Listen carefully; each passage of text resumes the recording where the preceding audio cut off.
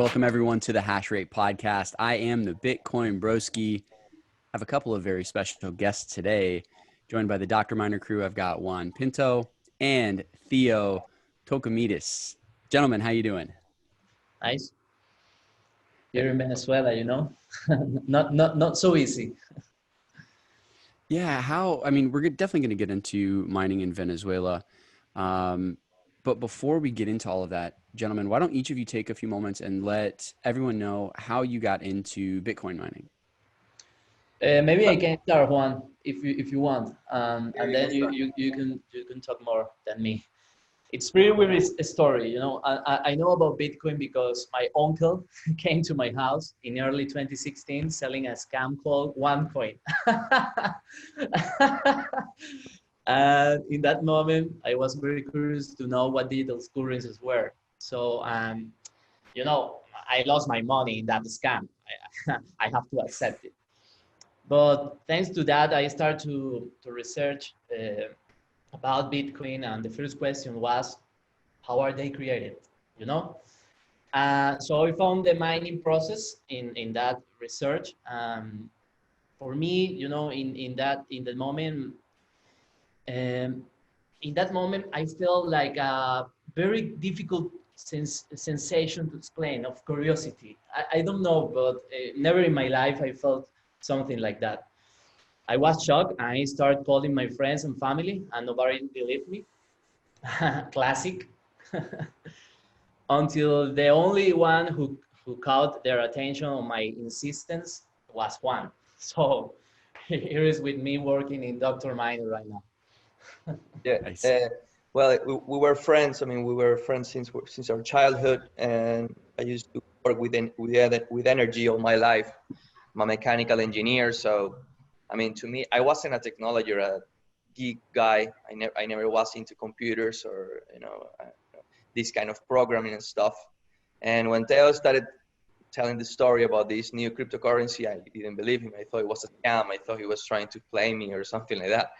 He was trying to get me into a Ponzi scam. That was my first thinking.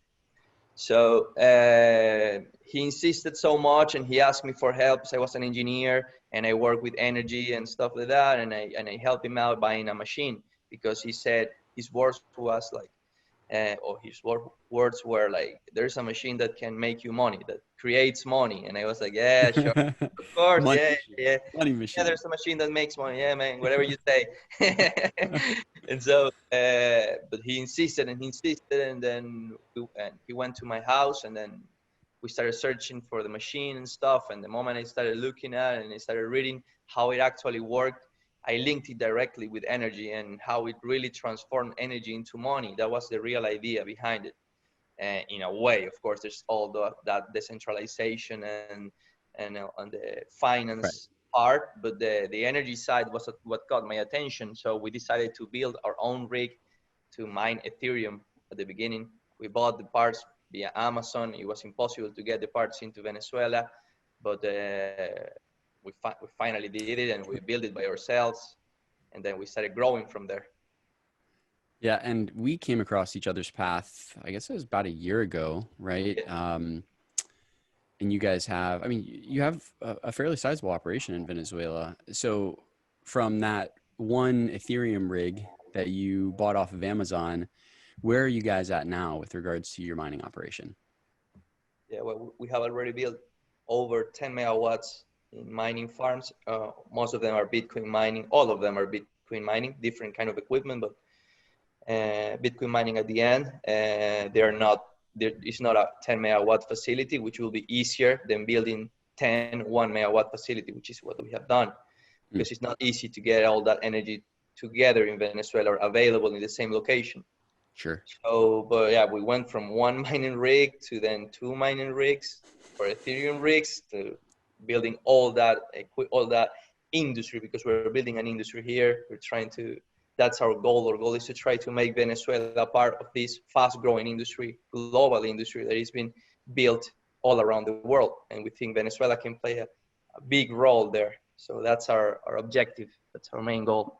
Yes, like 3 goals. We have like 3 goals. It's like in our like presentation, you know, for investors or people who wants to know us, is like we want to explore our resources, you know, natural resources Mm-hmm. through cryptocurrencies, mining, recover the infrastructure here, the electrical infrastructure, and you know, get better the Venezuela financial opening to the world, you know, because now with the sanctions, we have a lot of problems Yeah. to have to get the money from outside and to send the money from our country. So with Bitcoin mining, we can open that borders, you know.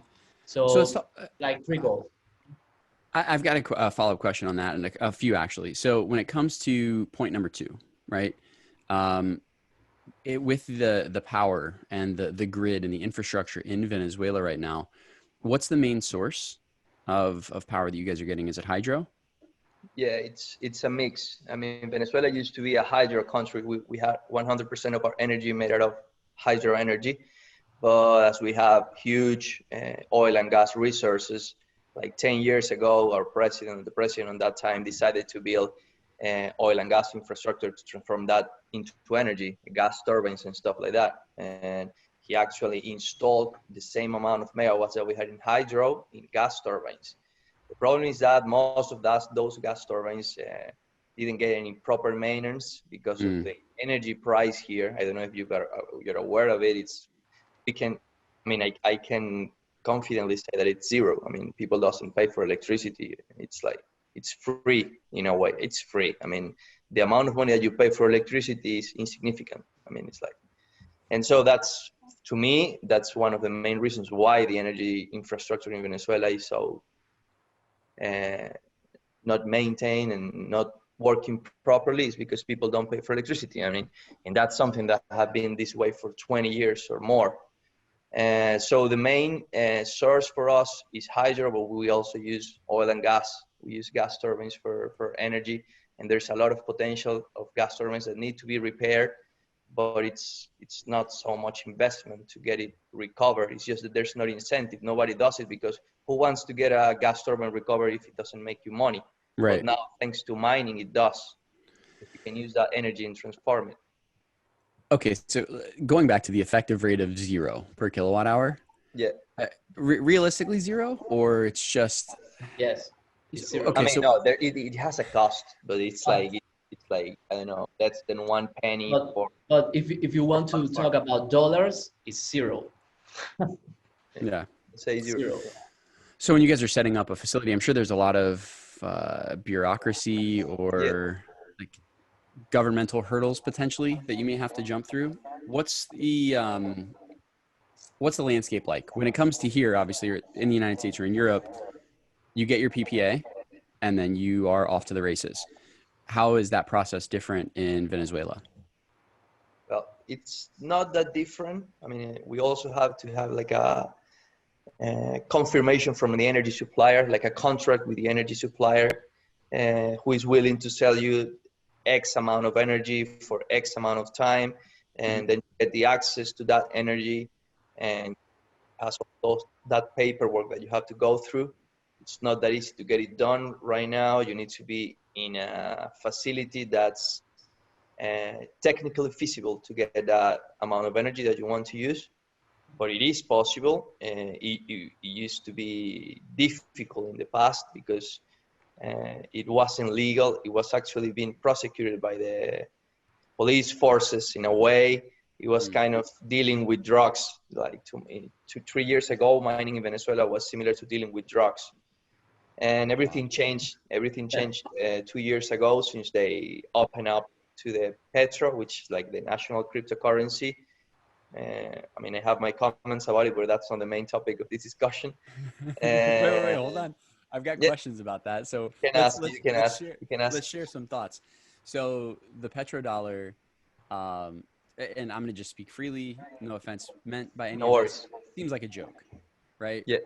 Um, is there real utility for it, or is this just another way to siphon money from people? Yeah. I think it was they got it wrong. I mean, whoever explained the government how cryptocurrency or Bitcoin worked, and they didn't explain it well. And so they thought they could create something out of thin air, a new currency out of thin air, and they didn't see what was the potential, what was the benefit of using cryptocurrency. And I think right now they've realized already. I know they know that it didn't work. They have to change it. And I think they're willing to, because they already, I'm going to say a bad word here, but they're balls deep into the technology. And they're, I mean, they have even like, I don't know how to say that in English, but it's like a ministry of cryptocurrency. And there's like, I mean, it's a huge building in Caracas, with 4 different bodies, blockchain, mining, and exchanges and stuff. So they're taking it seriously, and they do have to change their perspective if they know something doesn't work, if they are putting so much effort and energy in something that it's really, really helping the country. They thought Petro was going to be a solution, and I think it hasn't been.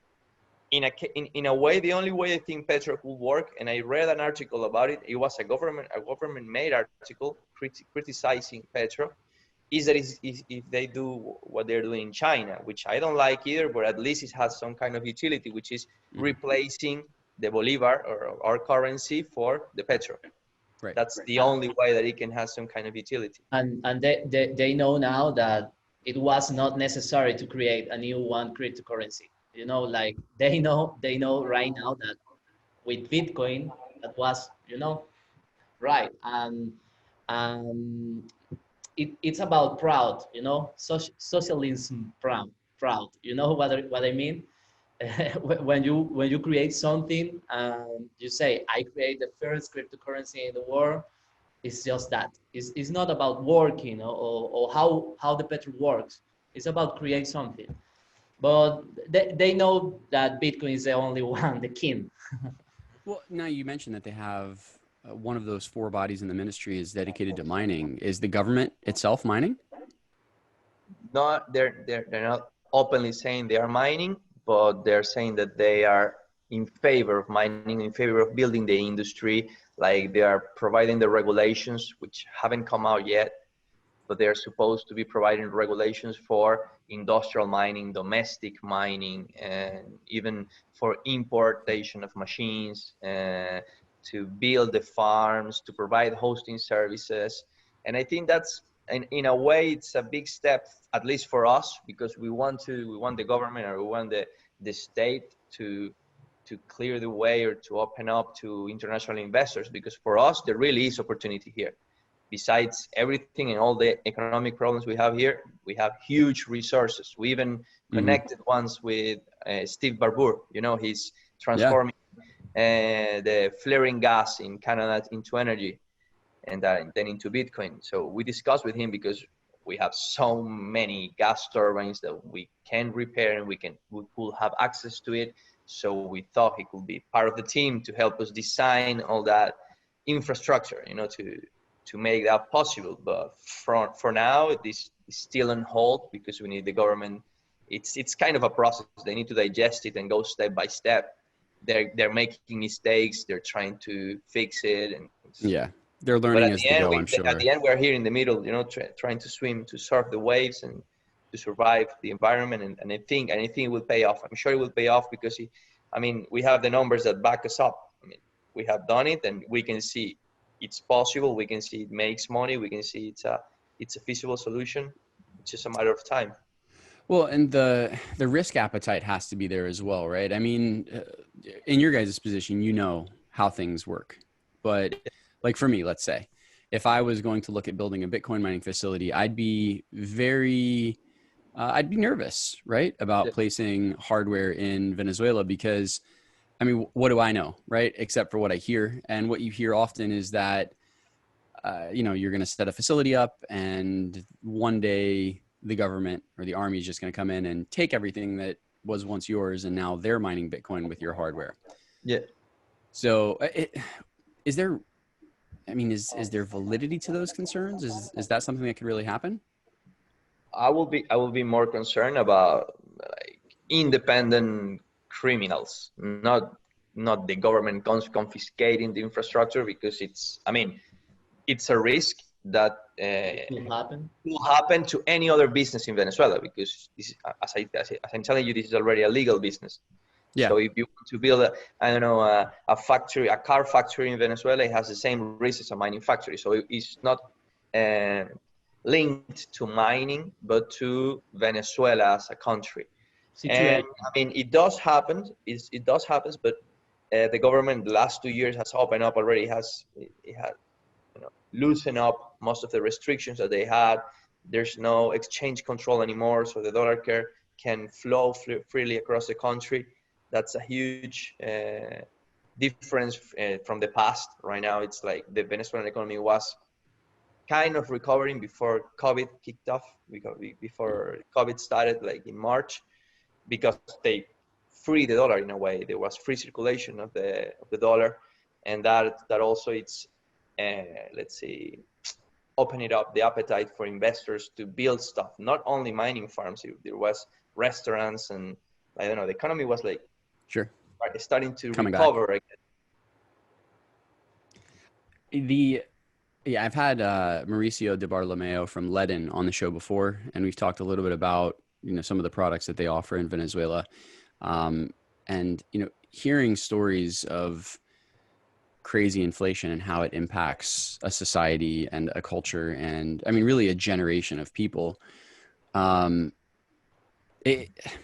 mean, as an American, right, living in Europe now, it makes me nervous. Like, as you're watching things transpire in the US with the quantitative easing and the constant printing of money, are there similarities being drawn? Are you seeing the potential downward spiral that could lead a place like America to being a place like Venezuela or in the current economic state? Yeah, well, I think, I kind of follow first, I don't know if you've heard the milkshake theory from Santiago Capital.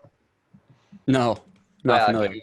He speaks like everybody's expecting the dollar to fall with the quantitative easing. I mean, with all the crazy money printing that's happening, but his theory is that first all the other currencies will fall because of the dollar, because they will cut supply, and so everybody will want dollars in a way, because all the loans and all the credits are in dollars, and then that's when the whole world will collapse, when the dollar will lose value in a way. And then that's I think that theory makes some kind of sense. I can share with you the fundamentals of it, but I do think that if that ever happens, I mean, I think the last Latin America crisis, which was the last time that the dollar rise, and then there was it was in the 90s, 2000s, was the dot-com bubble. So I think crypto, that's something that I had a discussion with my friend last night, actually. We were talking about what will happen if the dollar rises. I mean, the milkshake theory happens, and then all the other currency collapses. Are people going to run for Bitcoin? Are they going to sell? Are they going to buy? I mean, I think in a way, for our currency, for Venezuela, and if all other currency collapses, I think Bitcoin will be a good store of value. It will be a good place to run to. And I don't know for Americans, because I know American and United States is the market that runs Bitcoin. I think Bitcoin depends a lot of the American market. I don't know what you think. I don't know if you think Europe has any role there. No. I mean, I think that right now the global economy is driven by the U.S. and all things that trade are driven by the U.S. in my opinion, right? And that, I mean, literally all things that trade. So, yeah, I mean, is there a question, a situation, or like a trend if Bitcoin fix Venezuela or no? And I think yes. I think yes, for sure.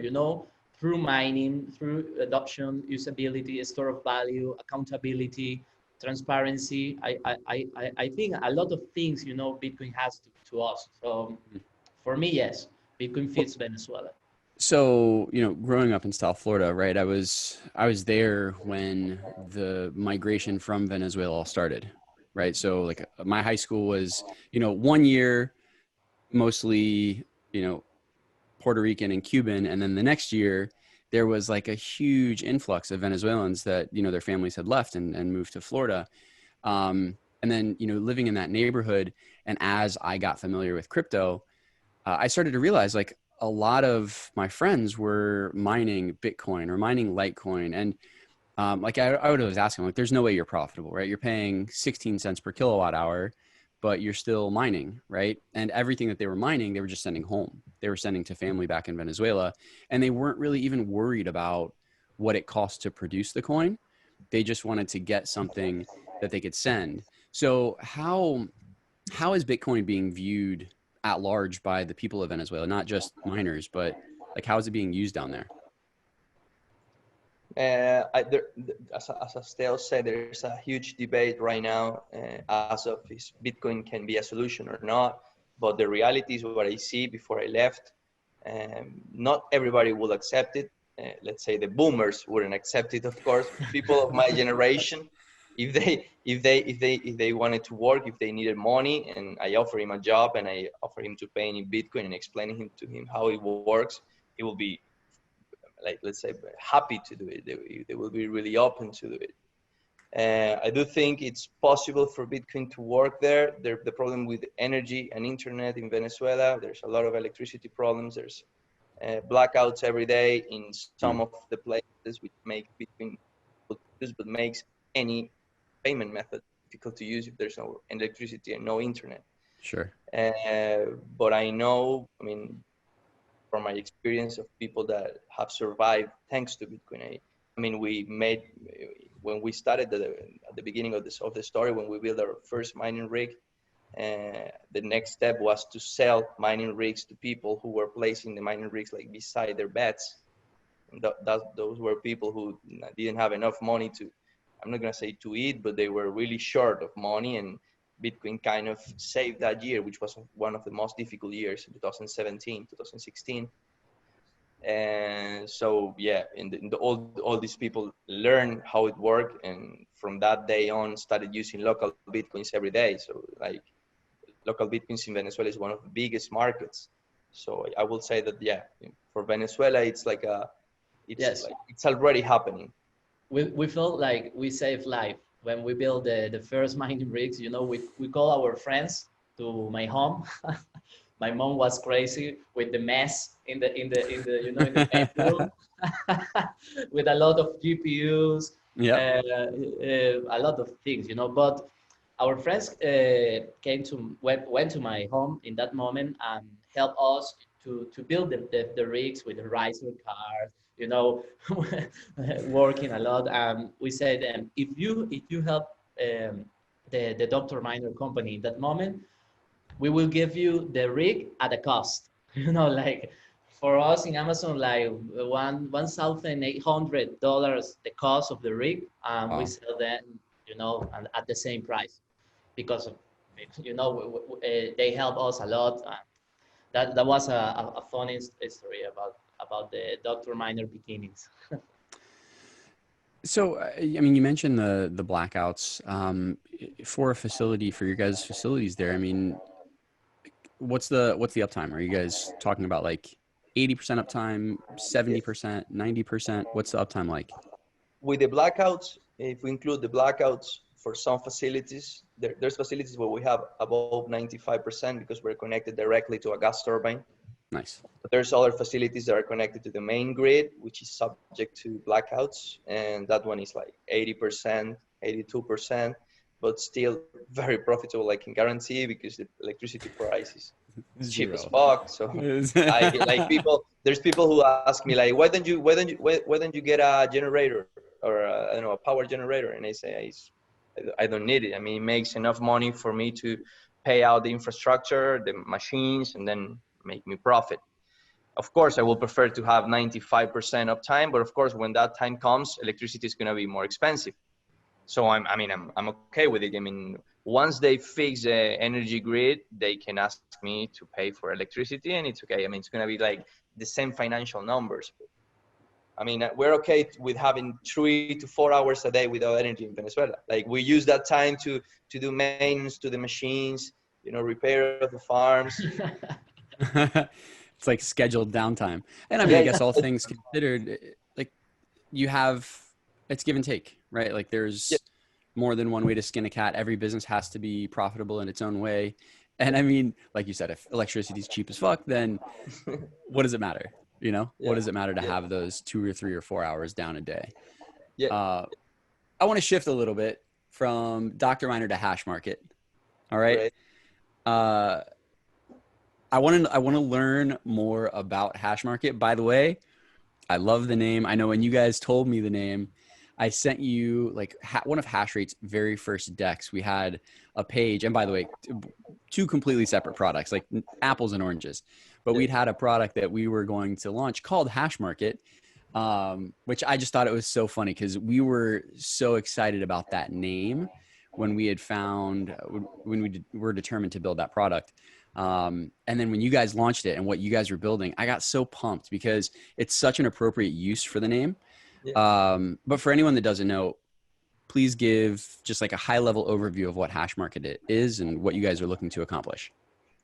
Yeah, well, I'm gonna tell you how Hashmarket was born so that you can understand better how Hashmarket works and what is meant to fix, what problems are looking to solve with Hashmarket. We were miners, we were mining in Venezuela, and all we cared about was building farms, installing machines and stuff until at the end of 2017, it got really tough to mine there because of the police prosecution and stuff. We were forced to leave the country and we were forced to stop mining, which was the only thing we knew how to do. And so we left Okay, to hold Europe. on. When you say you were forced to leave the country, that sounds like some movie shit, right? So, walk me through that. So, like, you get word that what you're doing is being viewed as the same as being like a narco trafficker, right? Yeah. So, what happens? Well, we heard stories about close friends, really close friends that we knew that got the equipment confiscated or the coins stolen, like, but face to face through the police. The police will show the miners a wallet. They will go to your facility and tell you, give me your miners or give me your coins. And they will give you a Bitcoin wallet, like something I will never understand. A policeman with a Bitcoin wallet asking the guy to give it to them unless he give. It was this way. I mean, 100% honest. And for a moment, I was like, I mean, I don't know if it's worth the risk to stay here with this. I mean, it was very close to me. It was in the same city where I was mining. It was a matter of time for us to be confiscated too, or to be a victim as well. So we went to China, remember, together to visit some manufacturers there. But there we decided, like, no, man, let's try to see fresh new air, other countries, and see if we can continue or work somewhere else. And that's why we decided. Theo went to Barcelona, I went to Madrid, and we realized there that it was not worth it to mine. We needed to mine only in Venezuela. So we took all that time, all that year that we stayed in Europe, to think like, okay, let's do something different than just building farms and mine. And let's think about what can we do for the industry? How can we improve our operations once we come back to Venezuela? Because we knew there's going to be a time that we were going to be able to come back. And then Theo was doing a master in blockchain. That's when I started to learn about blockchain, because for me it was just mining. It was Bitcoin, yeah. Energy, transforming energy into money. For me, it was that model, like the Henry Ford model that he proposed. Right. An energy currency. And then Theo went to Barcelona and started studying blockchain. He met programmers and blockchain programmers and stuff like that. And he told me, man, let's do something with mining and blockchain. I don't know. And I was like, what I want is to build solutions for miners and to allow people, anybody in the world, to mine without cloud mining, which for me is kind of a scam. Any cloud mining operation or cloud mining company that my friends ever invested into lost their money. They never recovered their money. They didn't make any coin. And it was like, of course, I mean, it's almost impossible to do that. So it was like, there was two worlds. There was the miners, who was us, and it was my friends who wanted to mine with me. So I tried to make a product that will satisfy both sides and connect them like in a smarter way, using blockchain, using the decentralized apps. And the main problems that the platform solves for the miners are what the HASH8 futures are attempting to do, which is like when the Bitcoin price changes, your mining profits also change. So you are not, I mean, it's difficult to make financial projections. I think Hashmarket is it's very difficult project. You know, it's ambitious project because it's not for a country or for just for one industry. You know, it's for a global industry right now. You know, we want to connect the world of crypto mining. So it is like another project of collaborative wave, you know, in the trend of collaborative systems, you know, like Uber, like Airbnb, like all those applications that connects people, you know, directly, Mm-hmm. and we make the platform. You tell each other, and you know, we can earn the fees that we are going to to to make there. Charge. So But just hash to, market, okay, go ahead. I've got a question on the market itself, but we are go ahead. to to to get the point. Like we are creating a platform to transfer energy globally through hash rate. Gotcha. Because for us, it's like this: if one investor wants Bitcoin or Ethereum, you know, or a crypto, Mm-hmm. just look in a platform that you can buy directly to the source. So you connect the source with the people or crypto enthusiasts. It's like that. So just to make sure that I'm understanding, if I have, let's say I've got a facility that's mining Bitcoin in Chicago and you're in Caracas and you want to buy the actual hash rate from my machines in Chicago, I can list that on Hashmarket, and then the buyer in Caracas can find me, purchase that directly from me. Yeah. And then it's basically a peer-to-peer contract system. Is that right? Yeah, yeah, correct. So it doesn't depend on the platform, and if we get confiscated also, I mean, the contract's on the Ethereum platform, so it's independent, it's decentralized. The other thing is that, as you say, somebody from Caracas can buy the hash rate from a miner in Chicago.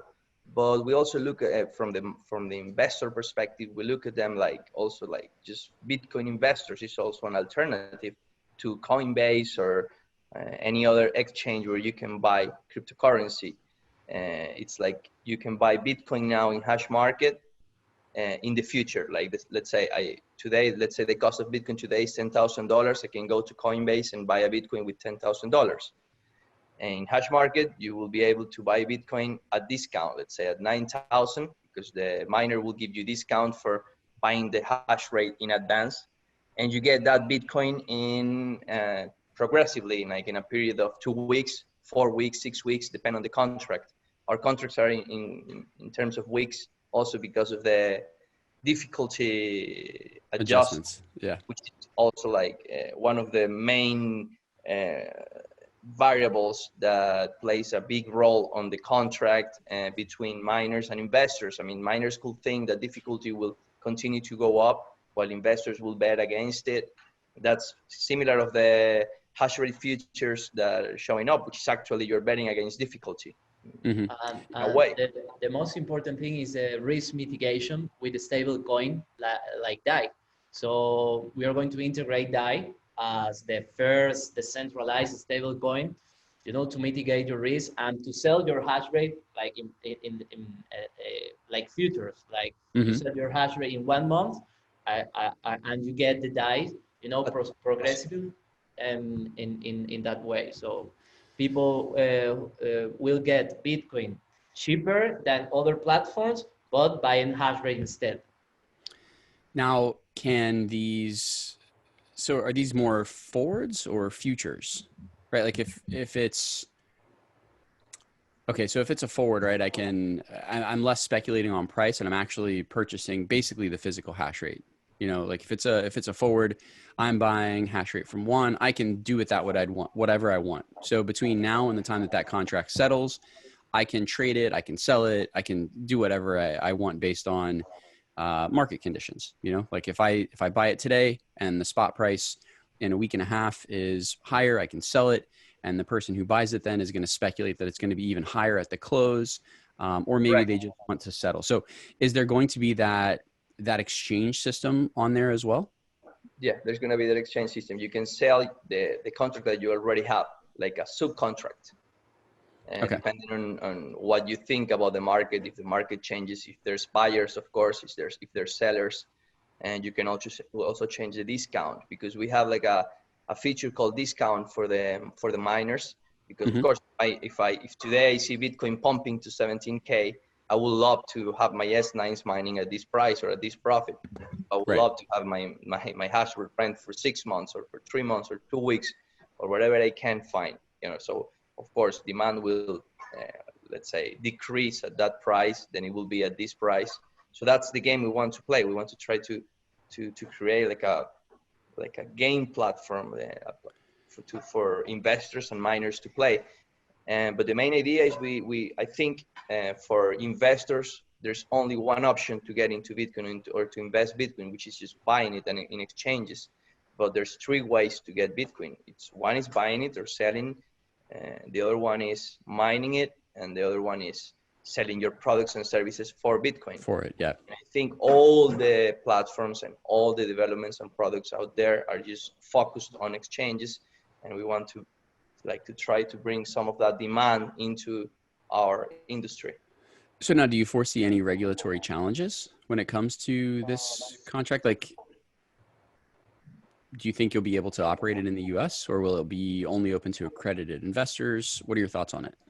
Yeah, regarding the US, we're still investigating about it. We've heard there's some regulation that we have to comply. We're also thinking about the KYC part, which is something some people wouldn't like, but I think at the beginning it's going to be necessary for the miners at least. But there we will have, after the KYC, we'll also have a reputation system where miners will get a higher rank depending on the performance they have had in the previous contracts. That's with rewards also for miners, special rewards for miners and investors, in order not to cut the contract in the middle of it, because it benefits one or the other.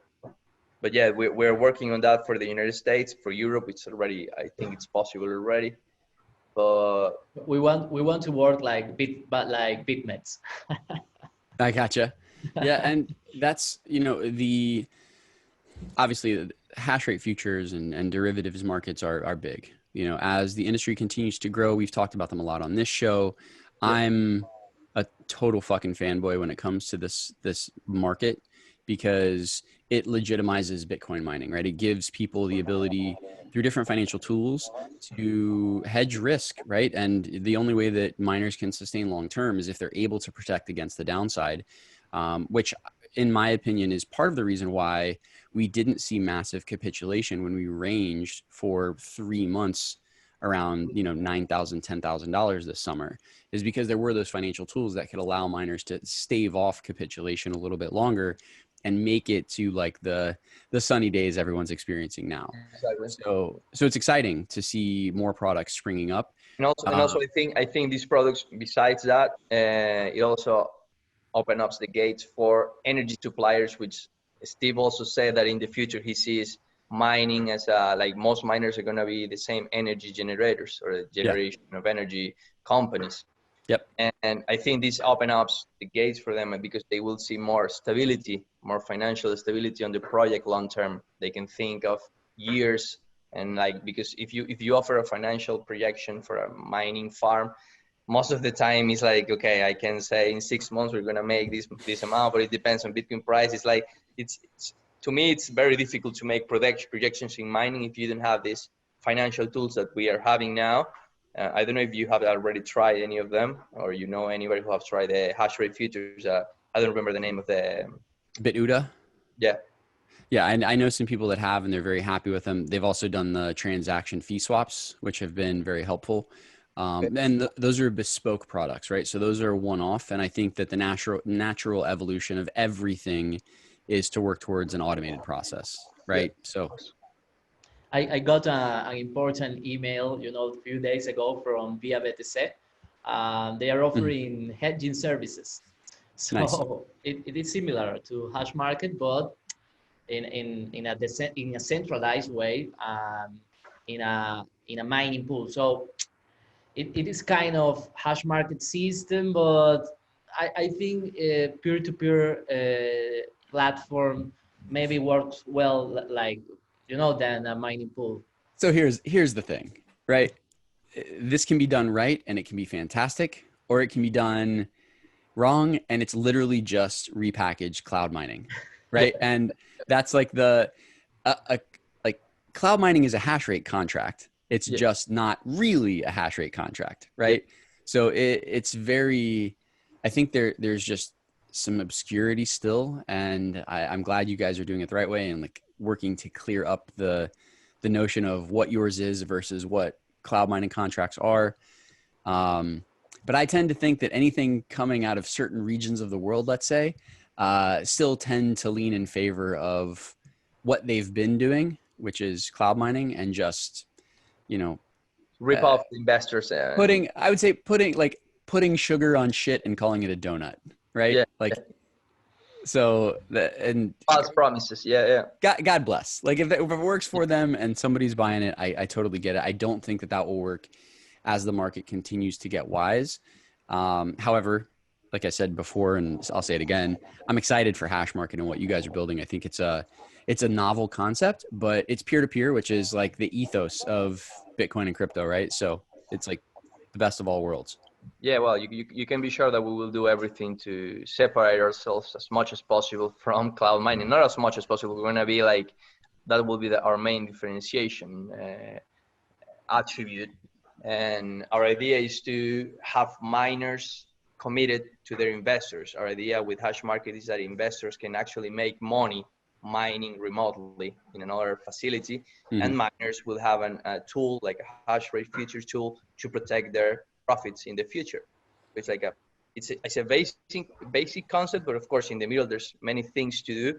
But that's the concept of the marketplace. That's what we're attempting to achieve, to have investors to make money with mining remotely for the first time ever, because nobody has ever made money with cloud mining. So the moment that Hashmarket allows investors to make money, that will be a big difference. I mean, the first time that people will say, hey man, I bought some hash rate for 2 weeks and it actually made me money. That will make a huge difference. For Absolutely. Sure. And for miners to say that, hey man, I was able to mine for 4 weeks at a fixed rate, similar to what they do in hash rate futures. So we will already be positioned ourselves as an alternative. And I think it will benefit the industry. We did this, we created this tool for the benefit of the industry and the benefit of miners at the end. And we will try and we will continue, we will put all our efforts to provide that promise and to That's awesome. comply with that promise. Well, guys, I think that is a fantastic note to wrap up on. I am glad that we were able to chat today. I think that this was awesome. It was great to learn a little bit more about what's going on in Venezuela. I always get fired up to talk about hash rate derivatives and anything involving the financialization of hash rate. So thank you, Theo and Juan, for joining me on the show today. You're welcome. Thank you a lot. Pleasure. Hey. I will probably visit you next time in Latvia. There we go, man. Come month. anytime. You ping me. We'll have a good time. Before we get off here, though, please let everyone know where they can find you. Okay. We have on our webpage, www.drminer.com. And on Twitter is @drminer. I don't know how you say that. Underscore. And on Instagram @drminer. I don't know if anybody who hears this uses Instagram, but our main audience is there. We have it's not the main platform for crypto, but I think it's growing up. I think it's maturing a little bit, like Twitter was in the past. God, I'm gonna have to get an Instagram account now. All right.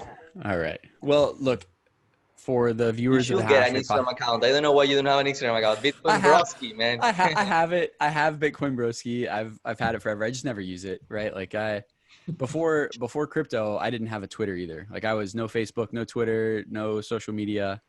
And now it's just life comes at you fast, you know what I mean? So now I'm figuring out all of this other stuff. And now there's TikTok too, which is a whole mess in and of itself.